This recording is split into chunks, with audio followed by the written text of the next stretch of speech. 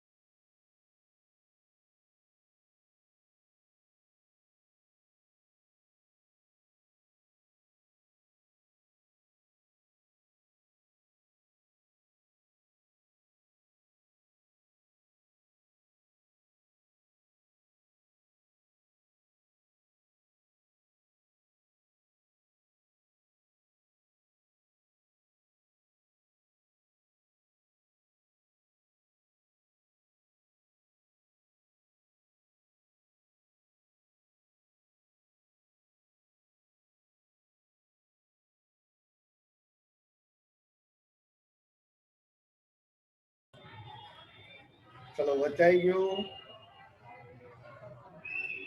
ચલો વચાઈ ગયું તો પહેલું ભૂમિ પરીક્ષણ. ભૂમિ એટલે જમીન, અને જમીનનું આપણે શું કરવાનું? પરીક્ષણ. આપણે એટલી તો ખબર છે, ખેતી ક્ષેત્રે ઉત્પાદન કરવું હોય તો પહેલું તો આપણે જમીનની ચકાસણી કરવી જોઈએ. કારણ કે જમીનની અંદર પાક ઉગી શકે એમ હોય, અને તો જ તમે પાક ઉગાડો તો ઉત્પાદકતા વધી શકે. અહીંયા એવું કીધું છે, ટેકનોલોજીકલ સુધારો લાભદાયી બને તે માટે પ્રથમ જમીનની ગુણવત્તાની ચકાસણી કરો. કે એ જે પણ જમીન છે એ કેટલા અંશે ફળદ્રુપ છે, અંદર કયા કયા ઘટકોની ઉણપ છે, કયા પાક માટે એ જમીન અનુકૂળ છે અને એ અનુકૂળ કેટલા અંશે છે કે નહીં, આ બધાની પદ્ધતિસર તપાસ કરો. અને તપાસ કરશો પછી જ જો ઉત્પાદન કરવામાં આવે તો ખેત ઉત્પાદકતા વધી શકે. હા, તો આ બધું કરવામાં આવે તો ખેત ઉત્પાદકતા વધારવાના પ્રયત્ન કરી શકાય. ધારો કે આપણે જમીનની ચકાસણી કરી, ચકાસણી કરતા આપણને ખબર પડી કે આ જમીનની અંદર આ ઘટકોની ઉણપ છે, તો આપણે રાસાયણિક ખાતરનો ઉપયોગ કરીને એ ઘટકોની ઉણપ દૂર કરી શકાય છે. આ ધ્યાન રાખજો ખાસ. એટલે પહેલામાં પહેલું જમીન ભૂમિનું પરીક્ષણ કરો. આ ભૂમિનું પરીક્ષણ કરવાથી આપણને ખબર પડશે કે આ ઘટકોની ઉણપ છે, આટલા અંશે ફળદ્રુપ છે, આ પાક માટે જ આ જમીન ફળદ્રુપ અનુકૂળ છે. એ પાક ઉગાડવામાં આવે તો એનો ફાયદો આપણે મેળવી શકાય છે. ચલો, બીજો મુદ્દો આપણને કીધો છે સિંચાઈની સગવડ, કે ખેતી ક્ષેત્રમાં ઉત્પાદન અને ઉત્પાદકતાનો આધાર વરસાદ ઉપર છે. ઉત્પાદન એટલે યાદ રાખજો કુલ ઉત્પાદન, અને હવે શબ્દ આવ્યો ઉત્પાદકતા. લખો ચોપડીની અંદર ઉત્પાદકતાની વ્યાખ્યા. ઉત્પાદકતાની વ્યાખ્યા લખી નાખો.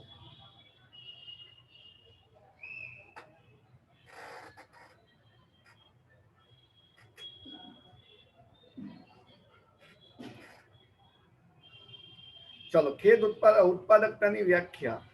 આપણે ખેત ઉત્પાદકતાની વ્યાખ્યા, એક હેક્ટર જમીનમાં થતું ઉત્પાદન, એક હેક્ટર જમીનમાં થતું ઉત્પાદન એટલે ખેત ઉત્પાદકતા. એટલે ઉત્પાદન અને ઉત્પાદકતા બંનેનો આધાર વરસાદ ઉપર છે, પરંતુ આપણે જોઈએ છીએ ભારતમાં વરસાદ અપૂરતો અને અનિશ્ચિત છે. બરાબર, એ પૂરતો અને નિશ્ચિત કરી શકાતો નથી. ના છૂટકે આપણે ઉત્પાદન અને ઉત્પાદકતા વધારવા માટે વરસાદ ન આવે તો પાણીની સવલત માટે સિંચાઈની સગવડ જરૂરી છે. અને જો સિંચાઈની સગવડ વધારવામાં આવે તો આવી જે સમસ્યાઓ છે એ સમસ્યાઓને હલ કરી શકાય છે અને ખેત ઉત્પાદકતા વધારી શકાય છે. અને આ માટે તમે જો સિંચાઈની સગવડો વધે તે હેતુસર આપણા ભારતની અંદર સિંચાઈ ક્ષેત્રે વિકાસ યોજના અને આંતરમાળખાકીય વિકાસ ભંડોળ ની રચના કરવામાં આવી છે. યાદ રાખજો ખાસ, સિંચાઈ ક્ષેત્રે વિકાસ યોજના અને આંતરમાળખાકીય વિકાસ ભંડોળની રચના કરવામાં આવી છે. ચલો, હજી અંદર કીધું છે હવે સુધારેલા બિયારણો. સુધારેલા બિયારણો જોતા પહેલા પહેલો બીજો મુદ્દો વાંચી નાખો ફટાફટ, પછી આપણે ત્રીજો મુદ્દો ચોથો મુદ્દો જોઈએ.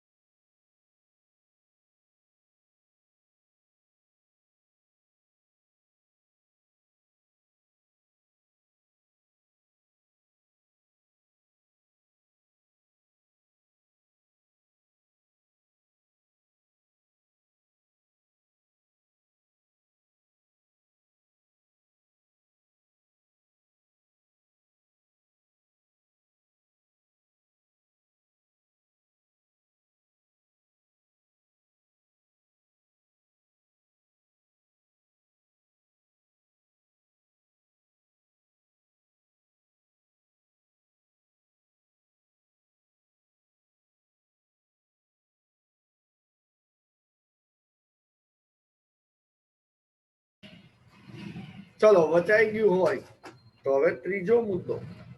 ત્રીજા મુદ્દાનું નામ આપણને ખબર છે. ત્રીજા મુદ્દાનું નામ આગળ ભણ્યાતા મુદ્દામાં સુધારેલા બિયારણો કે વૈજ્ઞાનિક સંશોધનો દ્વારા સુધારેલા બિયારણો વિકસાવવામાં આવે છે.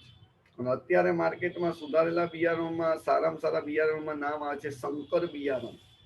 સુધારેલા બિયારણોમાં અને આવા બિયારણોથી વધુ પેદાશ લઈ શકાય, કારણ કે આવા સુધારેલા બિયારણો એ પાછા વૈજ્ઞાનિક સંશોધનોથી આપણે વિકસાવવામાં આવેલા અને આવા બિયારણનો ઉપયોગ કરવાથી વધુ પેદાશ લઈ શકાય. અને આવા બિયારણને લીધે અનાજ અને અનાજેતર, હવે આપણને બધાને ખબર છે અનાજેતરનું બીજું નામ, મનમાં યાદ કરો, અનાજેતરનું બીજું નામ રોકડિયા પાકો. અનાજ અને અનાજેતરના ઉત્પાદનમાં નોંધપાત્ર વૃદ્ધિ થઈ છે. કેમ? તો આવા વૈજ્ઞાનિક સંશોધન દ્વારા જે વિકસાવેલા બિયારણો છે એનો ઉપયોગ કરવાથી અનાજ અને અનાજેતર આ બંનેના ઉત્પાદકતામાં નોંધપાત્ર વધારો થયો છે. અને આવા અસાધારણ વધારો, અસાધારણ એટલે જરૂર કરતા વધારે ઉત્પાદન જે થયું છે એને કહેવામાં આવે છે કૃષિ ક્રાંતિ, જેને અત્યારે નામ આપી દીધું છે બીજ ક્રાંતિ. પેલા એને કયા નામથી ઓળખતા હતા? કૃષિ ક્રાંતિ. કૃષિ ક્રાંતિ એટલે જે સુધારેલા બિયારણનો ઉપયોગ કરવાથી અનાજ અને અનાજેતરના ઉત્પાદકતામાં અને ઉત્પાદનમાં જે નોંધપાત્ર વધારો થયો, આવા અસાધારણ જે વધારો થયો છે એને પહેલા કૃષિ ક્રાંતિ કહેતા હતા, એને હવે બીજ ક્રાંતિના નામે ઓળખવામાં આવે છે. અને આવા સુધારેલા બિયારણોને રાષ્ટ્રીય કૃષિ સંશોધન સમિતિ, આ અલગથી પ્રશ્ન પૂછાય છે, આવા સુધારેલા બિયારણોને રાષ્ટ્રીય કૃષિ સંશોધન સમિતિ, રાષ્ટ્રીય બીજ નિગમ અને કૃષિ વિશ્વવિદ્યાલયમાં ઉચ્ચ અગ્રિમતા આપવામાં આવી. 3 જગ્યાએ ઉચ્ચ અગ્રિમતા આપી. કઈ કઈ જગ્યાએ? રાષ્ટ્રીય કૃષિ સંશોધન સમિતિ, રાષ્ટ્રીય બીજ નિગમ અને કૃષિ વિશ્વવિદ્યાલય, આ 3 જગ્યાએ ઉચ્ચ અગ્રિમતા આપી. કોને? સુધારેલા બિયારણને. ચલો આગળ ચોથો મુદ્દો, રાસાયણિક ખાતર. રાસાયણિક ખાતરમાં ધ્યાન આપજો આપણને કે સુધારેલા બિયારણના ઉપયોગની સાથે, ખાલી તમે સુધારેલા બિયારણના ઉપયોગ કરો તો જોઈએ ઉત્પાદનો ન વધે, પણ આ રાસાયણિક ખાતરનો જો હારે વપરાશ કરો તો ઉત્પાદકતા નોંધપાત્ર વધે છે. એટલે સુધારેલા બિયારણના ઉપયોગની સાથે રાસાયણિક ખાતરનો ઉપયોગ પણ વધતો ગયો છે. અને રાસાયણિક ખાતરથી શું ફાયદો થાય? તો રાસાયણિક ખાતરથી પાકને પૂરતું પોષણ મળે છે, ઝડપી વિકાસ અને ઊંચી ઉત્પાદકતા માટે આ ફાયદાકારક બને છે. કોણ? તો રાસાયણિક ખાતર. અને આવા રાસાયણિક ખાતરના વપરાશ માટે ખેડૂતોને સરકાર તરફથી સબસિડી પણ આપવામાં આવે છે. શું આપવામાં આવે છે? સબસિડી. અને આ એક વ્યાખ્યા પૂછાય છે, એનકેપી ખાતર એટલે શું? વ્યાખ્યા પૂછાય, એનકેપી ખાતર એટલે શું? તો એનકેપી ખાતરની વ્યાખ્યામાં યાદ રાખજો, જે ખાતર નાઇટ્રોજન, પોટેશિયમ, પોટેશિયમને કીધું છે પોટાશ, અને ફોસ્ફરસ એટલે કીધું છે ફોસ્ફેટ થી બનેલા ખાતરને એનકેપી ખાતર કહે છે. પણ કદાચ તમને પેપરમાં આવું પૂછે, એનકેપી ખાતરમાં કે શેની સંજ્ઞા દર્શાવે છે? એનકેપી ખાતરમાં કે શેની સંજ્ઞા દર્શાવે છે? તો યાદ રાખજો, કે એટલે પોટેશિયમ. કેમ? તો આપણે ક્યાંક આવું નાના ધોરણનું યાદ કરવાનું, ક્યાંક નાના ધોરણમાં આપણે આવું ભણતા હતા, બરાબર, કે પતંગ નો પ, પતંગ એટલે કાઈટ, અને કાઈટ નો કે. કારણ કે ઘણા લોકો શું કરશે, પી એટલે પોટેશિયમ લખે, પી એટલે પોટેશિયમ, પી એટલે પોટેશિયમ નહીં, ફોસ્ફરસ છે. ચલો આ આપણું રૂડું રૂપાળો બીજો પણ પૂરો થઈ ગયો. ચલો વાંચી નાખો ફટાફટ, બીજો, ત્રીજો અને ચોથો.